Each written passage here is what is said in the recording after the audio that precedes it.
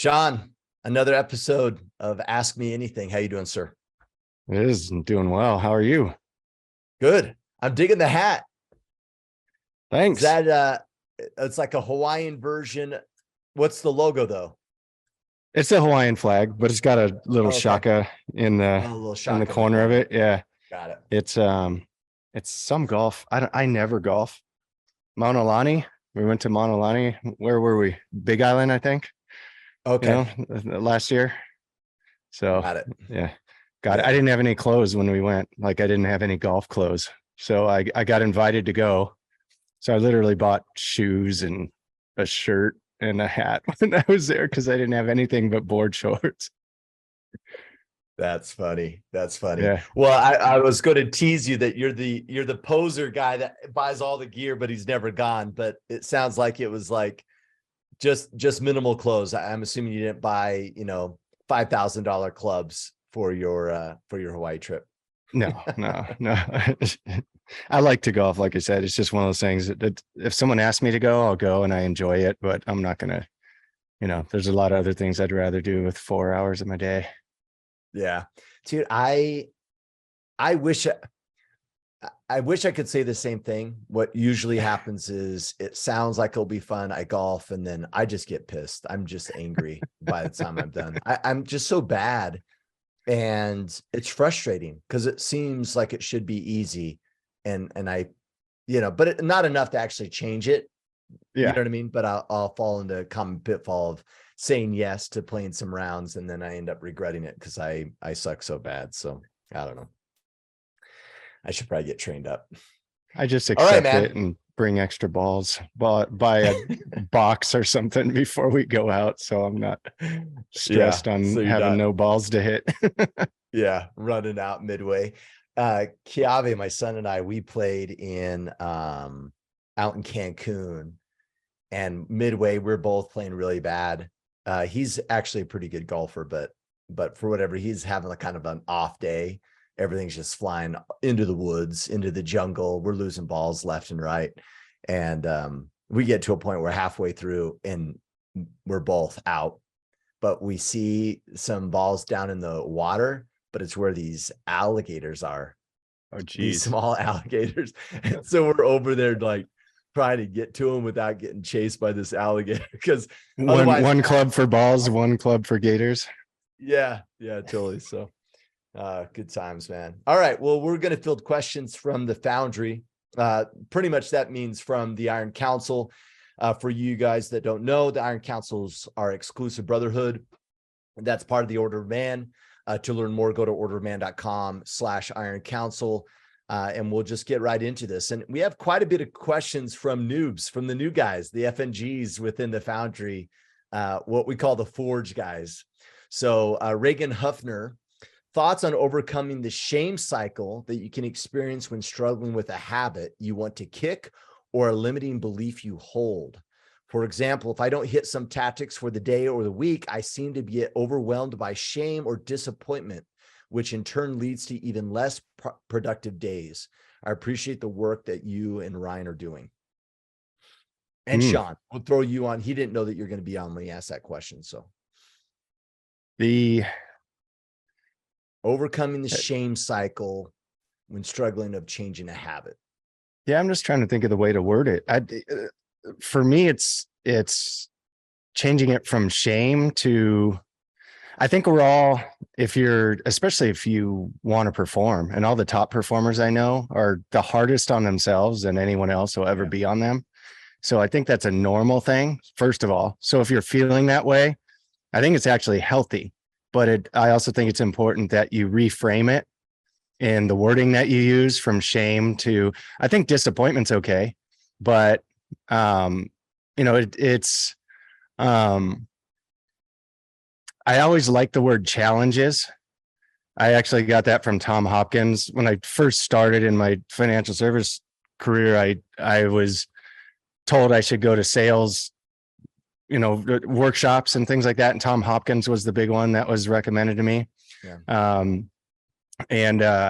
I was terrible at talking to people. I mean, when I thought of sales, that was like a bad word to me. But in his workshops and in his books, he has this thing, it's good words, bad words. And so one of his things in those good words, bad words that always stuck with me, that when I saw it, I instantly just started using, was a bad word we all use is problems. And that's the same thing: shame, disappointment, problems I have, shortcomings, whatever you want to call it. And his healthy word, or his good word that he replaces it with, is challenges or challenge. And so any one of those bad words, I just turn into challenge. So what's the challenge I had today? Right? Not what makes me shameful today? What am I disappointed with in myself today? What was the challenge I had? Why did I not achieve what I wanted to? And then how can I grow from that and do better tomorrow? So it's just the reframing of it from shameful, disappointed, feeling bad or down on yourself, to just finding ways that you can get better.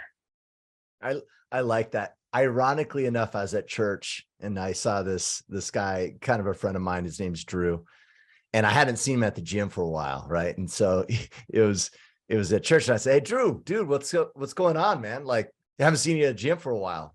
You're slacking." And there was a guy standing by us, and he goes, he didn't come to church to get shamed. And I go, "Well, it's only shaming if he doesn't change." Right? Yeah. Like, if he takes my advice and gets back to the gym, then what was it? Well, maybe it was motivation. Maybe it was accountability. Maybe it was something else. It's only shaming if we don't do anything about it. Right. And I've had this conversation even with Asia a couple of times about, fitness and our bodies and whatever. It's like, oh, beat ourselves up. But it's like, well, if it draws, or if it causes action, then necessarily it's not necessarily a bad thing. And I think it goes along with what you're saying, Sean, is like using the right word. In line with that same idea, I think it's also about what we're saying about ourselves, right? Like when I read Reagan's question, right? Overcoming the shame cycle, experiencing, he gets limiting to beliefs, it reduces his ability to perform, he has less productive days. Like, are you saying, hey man, I messed up, I dropped the ball, back on the path? Or is the language you're using is, I'm an idiot, I can never do it? And you're following it to a conclusion of who you are as a person? Or are you shaming or being disappointed in the fact that your actions? And those are two different things. And I think it's the same thing about, people that are overweight. There's a big difference. And I've heard this somewhere, and I don't know where I stole it from, but you have fat to work on, or I am fat. Those are two different ways of saying it. And I think, and I'm relating to you, Reagan, because this is what I do. When I make a mistake, I'm not going, hey, Kip, that action was a poor action, get back on the path. That's not my default. My default's, you're an idiot. Me too. Right? I'm attacking myself by default. So I'm highly relating to what you're saying. We're just saying there's value in pausing and going, no, that's not true. That's not actually logically true.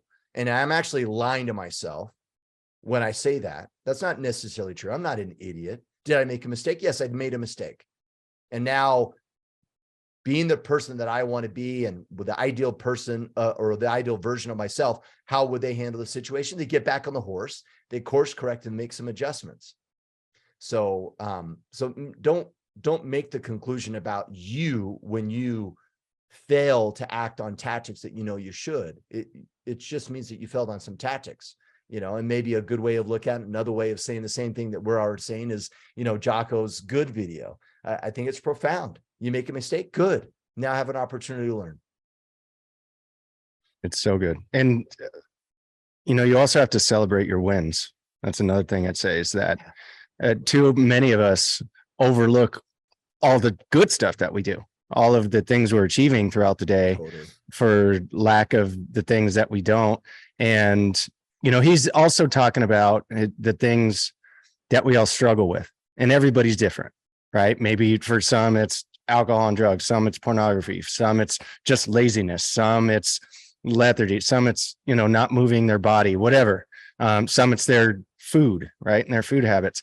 But because we have those different weaknesses, what it also means is there's some strengths that we have, some things we're good at, some things that come naturally.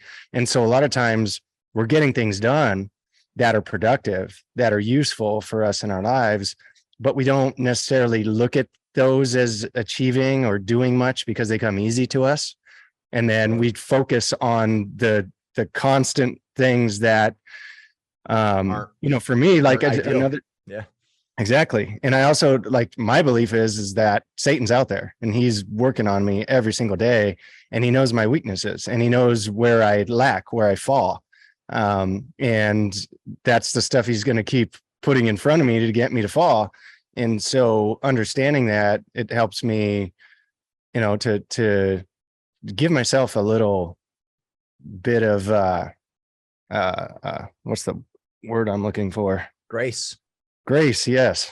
Give myself a little grace, and then realize I am getting stuff done, and I'm going to continue to work on that, and then just fall less and less often, right? It's like you stub your toe on the same curb every day, walking into work. It's eventually you're going to like start to lift your foot a little higher each time and do it less and less. Yeah. I don't want to beat up the question too much, but I just want to make sure, Reagan, you feel like you walk away with this question with some tangible things, right, for you to consider.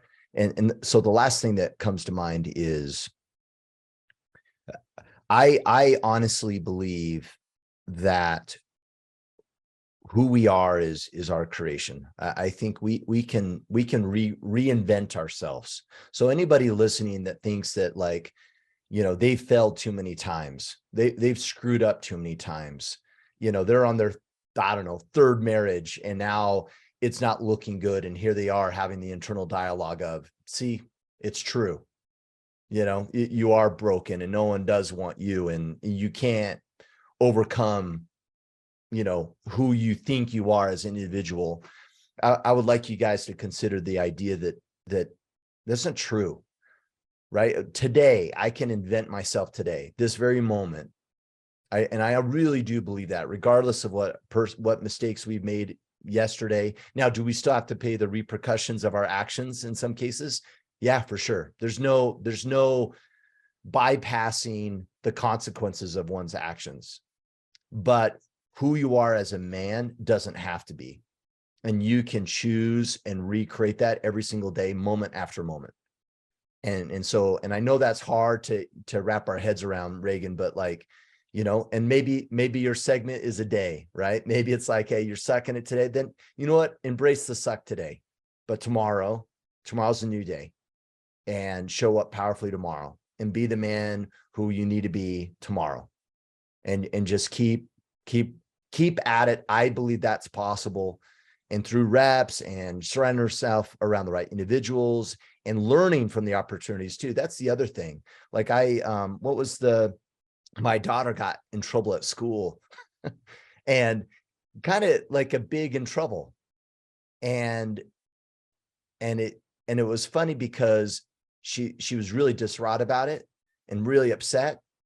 And I'm like, babe, like this is okay, as long as you figure out what it is that you need to learn, then it's okay. But it's not okay if you don't learn. Now you just wasted the suffering, the mistake, and everything else. So if you're going to make a mistake, awesome, that's great, but at least learn from it. And now it was an opportunity for growth, but that's only made possible if we choose to learn and evolve from it. If we don't, then it is wasted. And to be frank, maybe we should feel a little bit ashamed about it, because we're making mistakes without the desired outcome or the desire to grow and change. One more quick tangible. Compared to where you were, take a step back and say, okay, this challenge I'm having, that I'm consistently having, am I at least getting better? Am I getting better than I was a year ago, 2 years ago? You don't necessarily have to do it quarter to quarter, because I don't know about you, Kip. For me, like each quarter, I can feel like I'm growing, but I can't, there's not like a real gap in a quarter or even in a year sometimes. But if I go a couple years, 3 years, 5 years, I can be completely different from them. And so you have to gauge that. And again, give yourself the grace if you are growing. that, hey, you're on the right track. You're working on that. You're making not just the effort, but you're actually seeing results that you're not going to see in the short term. Yeah, I like it. All right. Derek Duff, not a question, but a best practice that has been impactful for bringing my wife closer to me over the last 30 days. I learned this from the battle team lead, John McKenzie, on Battle Team Triumph, that I think both the IC and your listeners could potentially learn from. All right. So Derek's dropping some knowledge. We'll leave some thoughts if we have any. If your spouse is a Words of Affirmation partner from the Five Love Languages, the book, buy some small cards and write notes about why you love and appreciate them. Hide them around the house for her to find it later. This has been a wonderful way for me to express my love to my wife, and a nice surprise for her when she stumbles upon them. Yeah, that's some good stuff, man. Well, and I think, like, in the spirit of this, I remember at one point, and I should probably find that book, but I actually bought a book called Random Acts of Kindness. So I could not have random acts of kindness, but have them perceived as such. And I think it's silly because, like, I mean, I think as guys, we feel like we're cheating or it's not as sincere. That's not how it works, right? Anything that's important to me is on my calendar. So then the question then is, if I pull up that calendar, how much family stuff is on it? Just because I put my family on my calendar doesn't mean they're not important. Just like reading a book and coming up with some tactics in regards to showing up powerfully. Have you done anything like that before, Sean? Like this guy? Yeah, all the time. It's I like what you were talking about, the planned random acts, but I think in tune with what he's talking about, just knowing your wife's love language. And I mean, because if there's different ones, I love that he did it. Not the tactic of necessarily like hiding the things. What I love is that he knows what it is and he's doing something about it. So for my wife, I rub her feet all the time, like almost every night, maybe every other night, but most nights I'll rub her feet or legs. It's just something. And if I do it not begrudgingly, that's what she loves, but if she's like, hey, can you rub my feet? And I'm tired. I'm like, oh gosh. Okay. Yeah. I might as well, like, I just ruined it. Right. Yeah. And so I have to remind myself of that and do it. And it makes all the difference in the world. And that's a good point, Sean. It's most people don't know. Yep. Most people have no idea. That's true. And those that are you listening, you're like, yeah, I know. You're probably wrong. Or they know and they don't do it anyways. Like they know, yeah. they are lazy about it, or for whatever reason they don't. But I think most don't. Most don't. And yeah, I'd agree with that. If you guys are, if you're like, have no idea what we're talking about. So there's a book, The 5 Love Languages. You can hop online. You should read the book, period. If you haven't, you should, hop online and get the survey. And it's a downloadable PDF, I think it is. Mm-hmm. And give it to your spouse and say, hey, honey, will you fill this out? And make sure that you understand. And some of the love languages, that's the other thing that people don't realize, is they'll be like, oh, well, I think it's this. Well, you might be right, but like 1 point below that is another love language. Like they might have 3 in that same category. And so you might be addressing the one of the 3, but it doesn't mean much to them, right? Because you're still dropping the ball. So if you don't know, just have them complete the PDF little survey thing, read the book. Huge value add. Huge value add. Okay. Karen Gill, how do you get support and feedback from your tribe of men on deep private issues in your relationship while respecting the privacy of your girlfriend and your wife? I'm not exposing her personal stuff without exposing her personal stuff, especially when said girlfriend and wife doesn't want anyone to know about those private issues. But the problem is that those private issues have a huge impact on your own life and sometimes even your mental health. Asking for a friend, of course. And in the spirit of the question, I can't expand on the question much more than that. I think that goes, that's given. We caught the gist that you're completely beating around the bush in regards to the question. It's a great question, though. What say you, Sean? What say you? I mean, I'll be totally honest. I don't. There is there are one or two men I have in my life that I go to with those things that are father figures. If it's not my own dad, and and which I've gone to a few times, and then I have a guy who's like a second father to me, and those two are the two that I've gone to with most of those things. And so, and without it breaking her confidence, because they're father figures to her too. And so the thing is, like, you have to have someone to go to, but I actually don't think it's healthy to go to the guys people. With. Yeah. Or to your circle of friends, or even if it's guys that push you and you help each other, but they're still more of your peers. I honestly, I don't think that's healthy. And you have to be careful with how good your peers are, because you start having those conversations in the wrong groups, and that goes south real fast, whether with good intention or not. And so I think it's a tricky line to walk. What do you think as I say that? Well, I agree. Because you could totally disagree with me. I'm having a feeling that some guys might disagree. No, how's this? I think you need someone to talk to. Yes. So if you don't have someone, and I think it goes, maybe I'll say it a different way. Don't go asking Bob about marriage help when Bob's marriage sucks, right? So just be mindful of who you're getting advice from. And be careful that you're not looking to collude and get validation from other people to help justify your story. Because that's what we mostly do, right? The reality of it is if I'm upset with my wife, the natural human instinct, Sean, is for me to reach out to you and talk about it. So I feel validated about the way I feel. And then I'm just colluding with you, and I'm not addressing the issue. I'm not addressing how I'm showing up in the relationship. I just feel better because Sean's agreeing with me. And most people will agree with you. Why? Because most people are agreeable, and they don't want to rock the boat, and they don't want to go, well, you're an idiot and you shouldn't be saying that. No one's going to tell you that. Most people won't. So the reality of it is most people in your tribe are just going to hear you and go, oh yeah, what was you? Yeah, man, that sucks. And yeah. And then you're going to feel better. And then you think that it helped you. And in reality, it really didn't help you at all. That's why I said you have to be careful. Yeah. You got to talk to the right people. Here's another thought though. And I just want, and Karen, I'm not like this, we're not projecting on you. So like relax, or your wife or your girlfriend or whatever. I feel that if I'm not showing up very well in the marriage and I'm overly like, hey, Asia, don't share this with anybody. I don't want you to tell your family or whatever. Like, am I really owning whatever it is that of how I'm showing up in like, part of me feels that's not addressing the issue.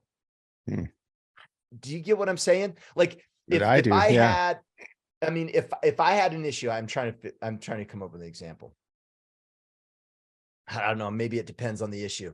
Part of me feels that if I'm really owning something on my side of the fence and around how I'm showing up as a husband, I wouldn't be hiding and going, well, don't tell anybody. I'd be like, no, you know what? I've made a mistake. This is what the mistake is. And it's out there. And I'm kind of being really transparent and authentic about it because I'm owning it. And that's not who I am anymore. And I'm working on it. But now that I say that, maybe there are some key areas. I don't know. Maybe not.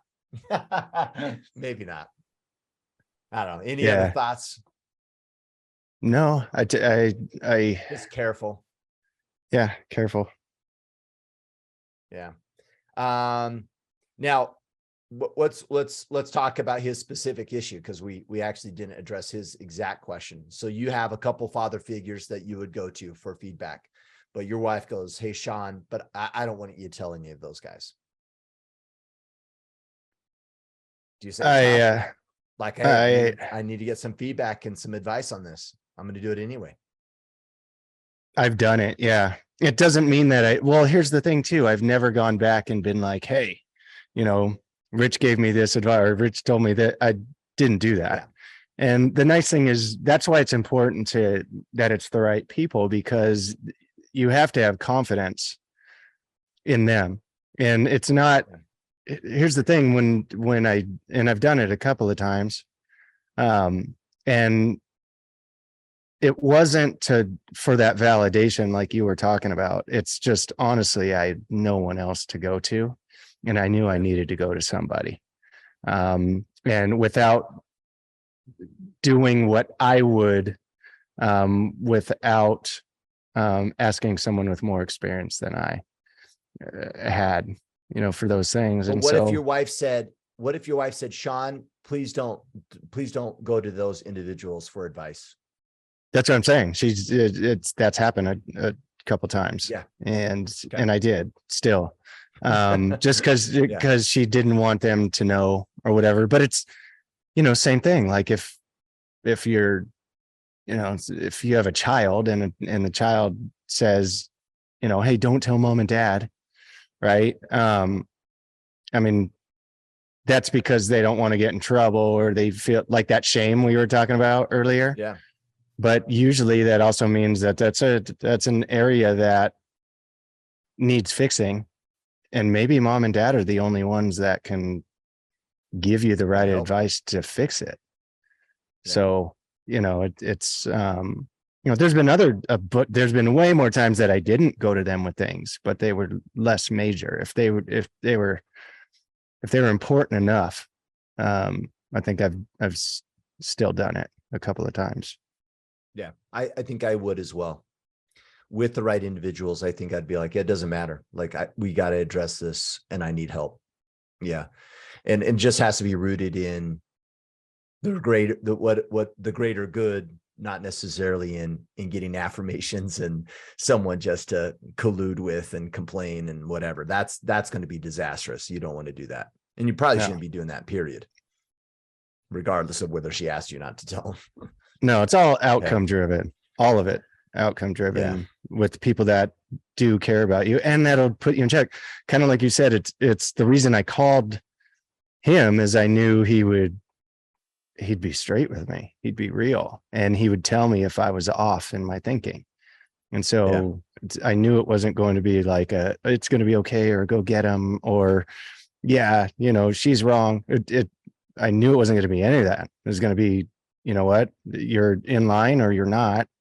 And, if you are in line, you might also want to try this. And if you're not, like, here's what you should do.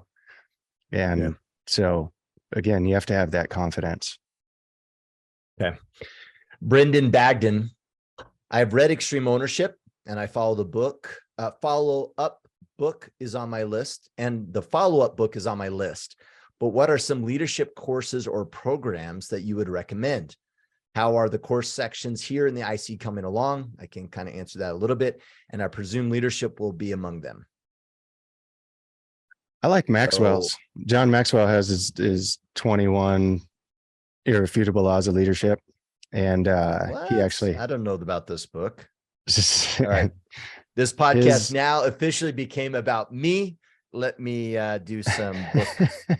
Let me prepare my notes, Sean. Just 1 second here. Hold on. Maxwell's 21 something. Yeah. Irrefutable laws of leadership. That's funny. All right.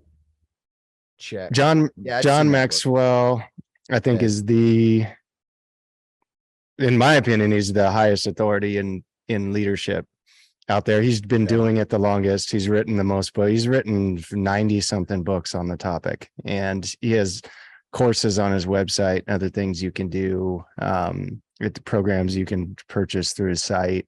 And each one of the laws that he has, quote unquote, you can go through. I did that early in my career. He has his second best book, in my opinion. It's called The 17, I think, Indispensable Laws of Teamwork.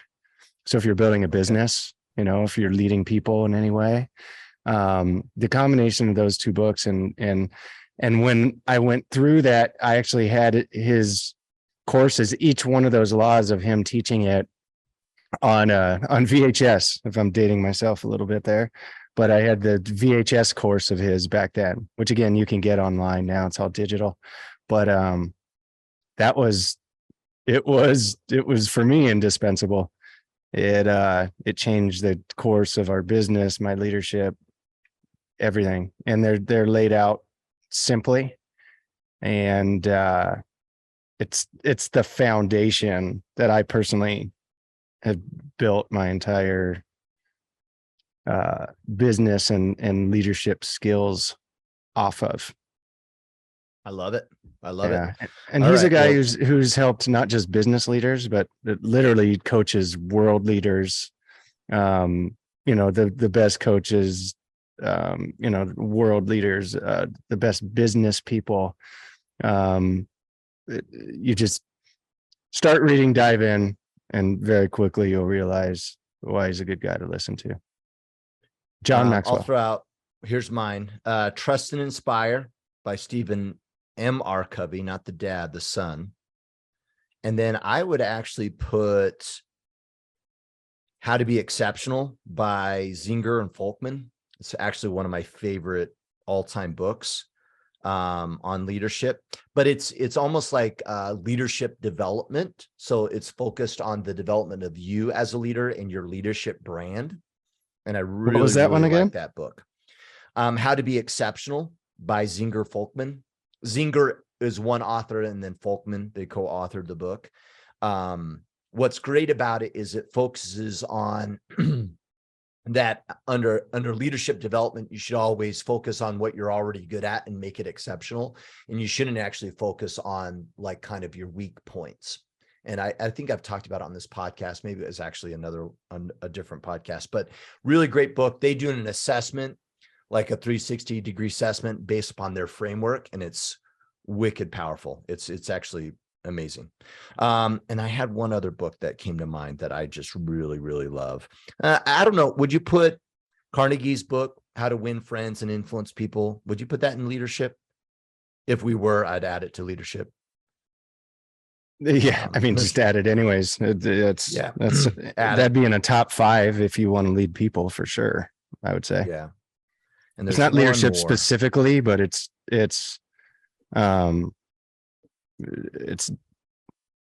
good. Probably the most useful leadership skill you can have, you'll get from that book. Yeah, that's a good point. A specific skill around leadership. And then the last one I'd add is The 5 Dysfunctions of a Team. Super that's a good one. Yeah. Anyhow, there you go, man. Hopefully those are helpful. Oh, courses section coming along in IC. So on the leadership side, we have some good content that we're putting together. I don't know if it'll be available to all members of the Iron Council or just those that are battle team leaders and mentors within our environment. But that content framework has already been established. Other than that, I can't really speak to when we'd be rolling that out. So, but a little preview there, Brendan. All right, Matt Jenkins, my good buddy. Actually, in fact, Matt just crashed at my house like 2 days ago. He should have just asked this question then. How to maintain frame with your spouse, but at the same time being humble and patient and kind. What was the first part? I'm assuming what he's saying, how to maintain the proper frame. You've heard that analogy before. Talking about books since I had my Audible up. That's the question lost me on that first part in that. Yeah, this kind of goes back and maybe I should be even hesitant to even mention this book on the podcast. So maybe you start because I'm not understanding it that exact the wording on that. Yeah. Well, and I don't know if I 100% pick up your question, Matt, but I will do my best. In fact, we may have already talked about this. So Matt's like, man, I just want Ryan to answer this question, not you, but you got me today anyway. So you're going to get my answer. I'm thinking of the book, The Rational Mel, by the way, as I think about maintaining your frame. So think of it. Let's think of it this way. I think, and I'm totally going on a limb here. So, but I think as men, there's this balance that we constantly have. And I think it's not intuitive because society says one thing and what they really want is something different. And I think women are the same way. So for instance, I was just listening to something last night, and the author, he said that something to the extent of women want someone, they will say sometimes that they want someone to like serve them and someone to be equal to them, and that they would love to, and this is more of a feminist mentality, but be more dominant than a man and all those things. They say that, but if they're in a relationship with a man that way, they would lose respect for him and eventually want a man that is more dominant, that is more successful than them, and all these other things, because that's what they naturally look for. And there's this pull, I think, in society, and I think we see it in No More Mr. Nice Guy mentality of like, be kind and don't be aggressive or whatever. But when you're the nice guy, you end up retaliating by being the nice guy. And then second, like women, they don't want nice. They say they want nice, but what they want is someone that's confident, that knows what they're doing. I'm not saying that is mean. We can be kind, but they don't want nice guys. They want guys that know what they're doing.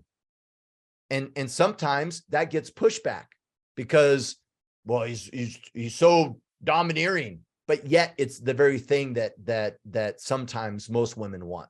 And so what I'm assuming Matt's kind of asking is like, how do we maintain a strong masculine frame of reference of how we show up in the relationship, while at the same time being humble, not arrogant, being patient and kind, and that balance? Because it does sometimes, I do agree with Matt if he's saying this, that it does feel like a balance sometimes. Now I get it. Now it makes more sense, I think. Is that kind of the consensus? And I add a lot of meaning to to your question, Matt. So hopefully we're on target here. Yeah, I hope so too. But that does make more sense as a question. I think it's get stuff done. I think it's you said like they don't want nice. That doesn't mean though that they want a jerk either. Correct. You can be hard and soft at the same time. And it's just a matter, for me, I look at it as getting things done, showing up as the best husband, first and foremost, the best husband and patriarch I can be in my home. So making sure that I'm serving my house and my wife to my best ability. Then it's being the best father I can be, and doing the best I can do, showing up on a daily basis in those ways. And then it's business, my physicality, my health, all of that is in alignment with that concept. But I don't have to be a jerk either. And so I had this exact thought. I was watching that show, what is it, 1923, I think it is.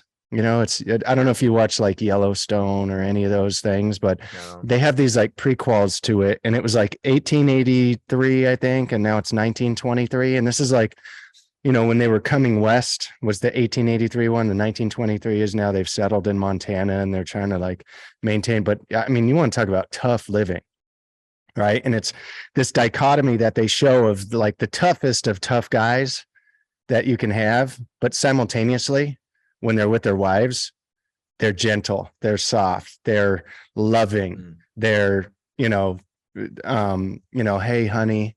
And it's not like these gruff, gnarly cowboys that, like have killed people, simultaneously like, hey honey, hey dear, give me a kiss and a hug. And so they can still be soft and they can treat their wives that way. But then simultaneously, when things need to get done, it's like, hey, do this, when it, whatever, but it's never, taken as mean from their wives because they know that they're getting those things done. But again, a lot of it is also communication. You see that even in the show, they showed that they communicate well. So I think as long as you're showing up, getting stuff done, simultaneously working on your softer side and making sure that you're communicating your wife in a loving way and to your kids and, to the people that you have stewardship over, you can easily do both. It is a dichotomy, but it's something you need to be cognizant of. And I'll kind of leave with this thought because it's happened to me in the last 3 days, like 5 times where my kids did something that really pissed me off. One was, and it's mostly my one like rebel kid, my oldest boy, just doing stupid things, that get him in trouble at school, whatever, but he's done them around me. And, one was he foot stomped me. It was an accident, but he was just being really stupid. And I have a broken toe. My big toe's broken. And so he like foot stomped me, messing around doing something else. Yeah. And we were walking into a Target and it took everything in me. I think he actually broke the toe next to that one too. Cause it's all purple now, but took everything in me to not like, my reaction would have been like, kick him across the parking lot. And so it was like everything in me to not. And then I saw him hurt his brother the next day. Like from that, it took me 2 hours to calm down from the foot stomp thing. And I had to catch myself being mean to him and his brothers and to the rest of my family because I was upset about that event. And so I had to settle down my aggression, right? The physical side of me that I worked so much on. But then harnessing and being able to hold that back is a major part of that power, if you want to call it that. And so, when I saw him hurt his brother, and this has happened a couple of times in the last couple of weeks where I've had to sit him down and be like, look, you just hurt your brothers. What do you think I would do if someone hurt one of your kids? If we were just out and about and some whatever, I don't care who it is, someone came and hurt you or one of your brothers, your little brother, your 7-year-old brother, like you just hurt him. What do you think I'd do to them? How do you think that would turn out for that guy? And he's like, oh my gosh, probably kick his ass and choke him out. And I'm like, yeah. So what should I do with you then? Totally. No, as father, what do you think I should do?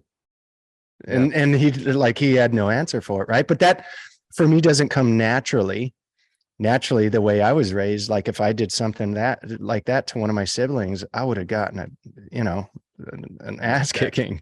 And so it's so I have to hold that back, and then I have to reframe that energy and bring that energy in a positive way to my family. I'm still a work in progress, but it's, over the course of having kids the last, almost 18 years now, it's constantly working on that softer side and bringing it to surface more often and faster. And slowly it's getting better and better and better, but it's definitely a lot of work. Here's an additional thought, Matt, just really quick, is make sure, and I'm saying this to myself, make sure that we're not pandering to our wives, because we will retaliate. And in hindsight, maybe just No More Mr. Nice Guy is another good book just to read currently, because I think we'll act those things out, right? Like if I'm doing something and I'm only doing it because I'm being nice and I'm not doing it because I agree with it and it's just rooted in, well, I don't want to create waves or rock the boat. If you're doing that, then you're not maintaining a proper frame. You're going against how you feel. And when we do that, we will retaliate. You'll retaliate in other ways. You'll stonewall them. You'll lash out later. It's not good for anybody. And then you're inconsistent too, in regards to what am I getting, right? Sean's pissed off at me. I have no idea why, because you're not acting, to be frank, when we do that, we're out of integrity, I think. And so there's something to be said, like don't act out of like the area of like, well, I don't want to rock the boat. No, that's not how it works. If something needs to be addressed, we need to address it. We need to communicate it appropriately, and we address the issue and then handle it. And you might logically pivot through a conversation, but don't like just not the avoidance. The avoidance tactics is not going to work from that perspective. Well, there's two extremes that are both unhealthy. It's I'm just going to do whatever to make her happy, is what you're talking about. And well, I'm the man of the house and it's my way or the highway. Yeah. And those are both unhealthy frames. And so you need to find the healthy in between. Okay. I'm going to jump. So we're going to jump to Facebook. If you guys haven't joined us there, go to facebook.com/group/orderman. And I'm kind of jumping around a little bit because there's a couple questions about the canoe and stuff, and I'll save those questions for Ryan next week. All right. Joseph Mathis, if you chose to put a man in your circle and he makes a mistake, is it your responsibility to hear him out? Context: one of my best friends cheated on his pregnant wife for months and blocked out all of his friends and family. After months of not from hearing from him, he finally reached out and he said he made the biggest mistake of his life. He's trying to turn his life around now and be there for his future child and help his wife. My other friend and our wives want nothing to do with him, but I feel as long as he's trying to better his life and make things right, I should hear him out. I've had a few of these experiences. It just, and not in a friend group as much as just from a leadership capacity with people in my business. The biggest one that comes to mind is I had a guy that was cheating on his wife, and we found out, or we heard, and then I asked him, he denied it. We heard another thing from another girl. He, asked him, he denied it. And then it was like a 3 strikes thing. And finally I was like, hey, look, dude, if I hear it again, that means it's not, it's not circumstantial. It's not a miscommunication. Like, this is probably happening. So why don't, like, if it's a problem with you, can you just come clean, like, for the sake of your family? And he still denied it. And then I heard again, I said, hey, look, like, I can't, from a business standpoint, hold you up in a leadership position. Here's the thing. He was a good guy. So it's not just some random guy in my business, really good guy, good example, great in all the things that we wanted people in our business to do the way we wanted to do it. But that's a major one for us. Like, that's a deal breaker for me. And even though it's his personal life, it's still, our environment can be ruined by a guy, that's like that. And so for our culture anyways. And so I told him, we're not going to separate the things, but if you'll admit it to me and you want to work on these things, I'll pay for your counseling, dude. I'll put you in a program. I'll support you and help you however I can. And, maybe other people wouldn't agree with that, but deep down, I gave him the benefit of the doubt, and his capacity was so great that he could really do great things. And I wanted to be able to, foster that and help that in any way I possibly could. But he denied it. And so the fact that he denied it, then we literally had to force him out of our company, which is hard because we're all independent contractors, but we just made him so uncomfortable in our environment that eventually just left and started his own company and stuff like that. But that was, that was hard. We also in the process, like, quote unquote, lost millions of dollars because he was one of our top guys. But we probably gained a ton by not having him in that environment anymore. But I tried for, probably a good solid, half a year. And so if this is in your group, I think it comes down to, his character, and if he's a good guy, if it's just words or his intent. You should, if you're good enough friends. And I think if it's legit, then you work with them. And I think you try and help in the ways that you can. Don't, kind of like what you were saying, don't like pander to him, don't give him that benefit of the doubt. Maybe you help him be accountable. Maybe you help him get into, again, the therapist and help him in those, making sure he's doing it and going and being accountable to those things.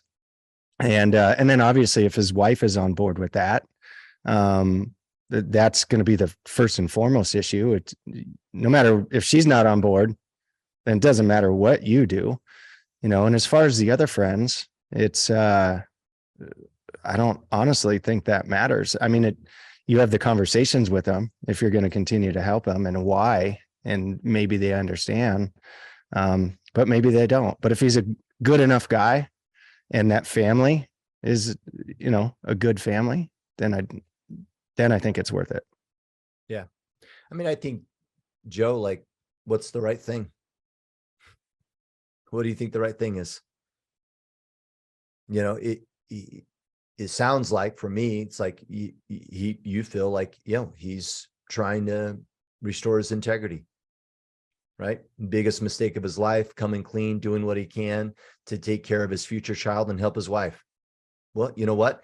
By you helping him, you're helping that kid and you're helping her. Now, it doesn't mean that you're going to trust him with your wife going on, having lunch by themselves. You know what I mean? And it doesn't mean that your relationship's 100%, but it doesn't need to be 100%. You can meet him where he's at and go, hey man, like, yeah, this is really screwed up. And guess what? Our spouses don't want to go on date nights anymore because they don't trust you. But hey, I'm here. How can I help you level up, restore your integrity, and do what you should be doing, which is taking care of your future child and handling things the best way possible with your wife? How can I help you do that? And be committed to that. I actually think you know the answer. Evan, go ahead. Real quick, I think what we talked about earlier, be careful who you talk to, right? Yeah. Maybe it's also a way to evaluate your group, right? Your friends. Are you friends with these couples just by default because maybe your kids happen to go to the same school, or you ended up being friends, at church or whatever it is? How strong are these guys? If you came across challenges in your life, are they going to dump you too? Right. And so, maybe look at that. That's why I say not knowing the context of how they are and how he is, I think that's a factor as well in these sorts of things. Yeah. Good point. Good point. All right. Evan, Van and Torn. Sorry, Evan. We always see you two gentlemen as strong individuals and leaders in this group. That being said, what would you say is your biggest insecurity or insecurities that you are working on? Expose us, Evan. I think I just talked about it with the stuff with my kids. I think for me is if I had an insecurity, anger, a little bit, it would be that. Yeah. Anger, default to anger. And not anger as much as I just want to be the best dad that I can for these guys. And I don't want to be the reason it's screwed up. And so if you want to call that an insecurity, that would be it. I just, I'm not a real worrier, and I know you're kind of the opposite there. But if I did worry about anything, that's the thing I worry about more than any other thing. Anything else? Yeah.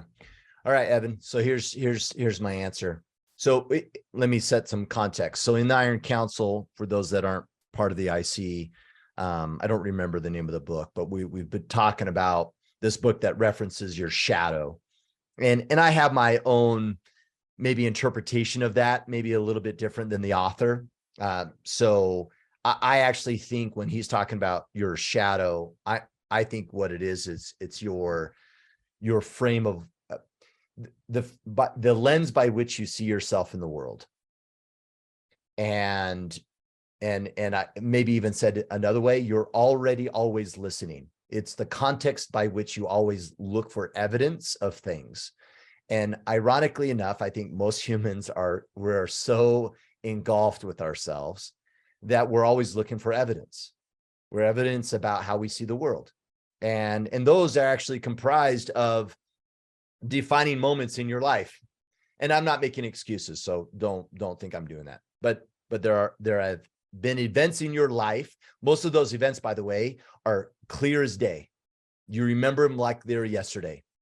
And those events, you saw the world one way, something happened, and you determined that you were never going to let that happen again. And that was I guess a notch on the belt in regards to how you see yourself and how the world interacts with you. And then more or less, We jump ahead to 43 years later. And what's my default way of looking into the world is still the validation of those stories that I've been telling myself my entire life. And those stories, I think, are my biggest insecurities. And those are rooted in I'm not good enough. And they're rooted in the idea that I'm not lovable. And that's my story I get to deal with. And that's the story and the context by which I see things. So if my wife does something or work goes a certain way, by default, it's rooted in the idea that I'm actually not good enough. And there's like a sense of, there's like a little bit of abandonment in that listening, if you can look at it for a little bit. And I have to constantly address that gap as soon as it shows up and go, wait, hold on, is that true? Or did this person just do X and it actually doesn't mean all of that I've come up with? So there's my story. When you say I'm sticking to abandonment, it. you mean like your feeling of abandonment as a kid? Totally. Yeah, totally. Yeah. Anyone's on the verge of just, and I think we also listen from an area of like not wanting to be found out, right? Like if they found out, they would leave us. Kind of most people with abandonment issues kind of approach that. So if your wife really knew you for who you really were, then she would probably leave you.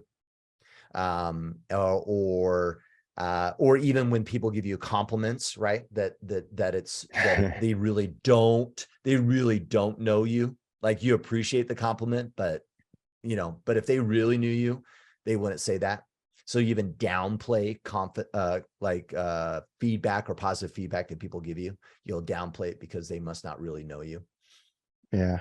Well, maybe. And that's the thing is, like I mentioned when we started, that we're the hardest on ourselves. And the higher achiever you are, typically, the harder you're going to be.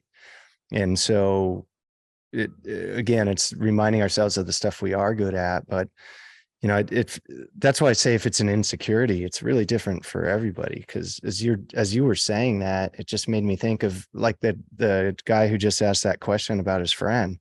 And I think of somebody like one of my insecurities is that if I'm going to be in a leadership role, am I a good enough example to give advice on anything? And so maybe that's an insecurity too, is I'm constantly thinking about, okay, is this really the right thing to do so that I'm valid in the advice that I give, right? That it holds true, but it helps you, right? It also helps, forces you to level up. Yeah. But it makes me look at things in a different way of like, man, so-and-so screwed up. He cheated on his wife. What a jerk. I'm going to not talk to that guy anymore. It's more like, I think of it in like the ripple effect and long-term. And, like that guy, you mentioned the kid, right? That child, do we want another child in another fatherless home? I mean, that's the root of all the major masculinity issues that we have in our country. Is these fatherless homes, the prison factor, all of the things. You look at all the major statistics lead to that. And so do I want to be a contributor to just allowing that to happen again to somebody? Or do I want to try and contribute to keeping that father in that home and building, a strong family and a strong nuclear family? And I have that opportunity. So again, maybe that's an insecurity, right? And how I look at things. But I think that's that as well, that it goes deeper than just what's in front of us all the time. Yeah. Alan Michael Atkins, how do you get over a breakup where you sacrificed everything for that person? And we'll probably wrap up with this question if that's okay, Sean. Yeah. It honestly, I don't know if I can honestly answer it, because I don't feel like I've ever sacrificed everything for anybody. I've definitely sacrificed some things and continue to in the growth of our business, our family. But every single thing, I don't think I have, but I also think it's because I never gave it the opportunity. I watched that happen to other people early on in my life as a kid, or at least that was their excuse. when their lives ended up in a place where they didn't want them. And they said, I sacrificed everything I had, I did for this person, and then they left, or they did this to me, or this happened. And so I made a decision at a young age that I was never going to do that. So if I ever got into a position where somebody gave me that ultimatum, and I made a rule early in my life that, if it was ever a girl who said, hey, it's me or your business, or it's me or your whatever, and we were young, or we were dating, or we weren't married, or, any of that, maybe even if we were, like, if they expected me to literally just drop every single thing to wait on them hand and foot, that was a deal breaker. And so fortunately I never got into that circumstance, but, I would say that if you do, you can't go back in time. So now you have to grow from it and then make that your new rule. Yeah. This is the only thing I have on that. Well, and how do you get over anything? You learn from it. That's how you get over it. You learn from it. You learn who you were in it, how you caused it, the issues that you brought to the table. And you might be tempted to think, I sacrifice everything. There's nothing. Well, that's probably the problem, actually, is that you sacrifice everything. So you need to learn that lesson. And we'll talk about that here in a second. But learn where you made the mistakes, and then have empathy and understand them. That's it. So you have love and empathy for the very person that broke your heart. And then you learn about all the mistakes that you made. That's how you get over it. You let go. Now, let's talk about this whole sacrifice everything for a person. Horrible idea. Horrible idea. Who wants to be in a relationship where all that waits on you, that person gave up their entire life and now it's all in your hands? Are you joking? That is a mess. I would want zero part of that from a relationship perspective. And most people, that even if they said like, oh, Sean, I want you to sacrifice everything for us, they may say that right now until the pressure, and then you're so dependent on them. You know what I mean? Because they give up everything. It's not healthy. So, no. And then there's this huge rooted assumption I'm making of expectations that you probably put on them. Because why else would you sacrifice? Well, I'm going to sacrifice all these things, and in turn, I'm going to get whatever, or in turn, our relationship is going to be great. Or like, dude, you do you, right? Like, do the things that you think is important, that brings you value. I'm not saying that that person's not a priority in your life, but you don't put them on such a pedestal that you've sacrificed everything for them. That is unfair to them, and it's not good for you. And so learn that lesson, and then have some empathy in that person. Then you're going to be able to deal with that breakup easily, because you understand where it went wrong. And then now you can grow and be in a better position for the next relationship. That's such a good point. When I said how I saw other people turn their life into that blame, just don't let that happen to you. I mean, that I'm so glad you brought that up, because too many people become resentful, and that becomes their life story. Like you talked about your stories that you tell yourself. Won't let go of it. Yeah. Yeah. And don't let that become your life story. Just know that you have new opportunities, the opportunities maybe that you missed or that you gave up to choose, the opportunities that maybe your partner or your spouse, whatever you're talking about, because we don't have the context on that. Whatever it was, those were missed opportunities maybe, but it doesn't mean you're not still going to have opportunities, but you will lose out on taking advantage of those opportunities if you keep telling yourself that story and you make it that your excuse for failure now. So if anything, you've got now a new leaf to turn. You have wide open opportunities in front of you that you can take advantage of with no excuse. So look at it that way. Yeah, totally. And yeah, listen to us. Like you got to go read No More Mr. Nice Guy if you haven't read that book. It's on my mind since we referenced it earlier. Be careful with that idea of I sacrificed everything for them. It's really unfair to them. It really is. And there's probably a lot of covert contracts occurring in that same exact mindset that you got to be mindful of. So, All right, guys, we got through the questions on the Founder, a handful on the Facebook group. Once again, if you guys haven't joined or band with us, please do so on social media. You can subscribe to our YouTube channel. You can connect with us on Facebook at facebook.com/group/Order of Man, and all other things such as the Order of Man store for merch, or learning more about the Iron Council, go to orderofman.com. The store, 50% off on all inventory right now. The code that you'd use at checkout is 50. So take advantage of that. Ryan's revamping inventory and kind of cleaning house a little bit there. So that's orderofman.com, or just go to store.orderofman.com to access those products. And of course, as always, you can connect with Mr. Mickler on Instagram and Twitter at Ryan Mickler. Ryan or Sean, anything else that you'd like to say before we wrap up? No, always glad to be here. Cool. All right. All right, gentlemen, until next time, take action and become the men you were meant to be.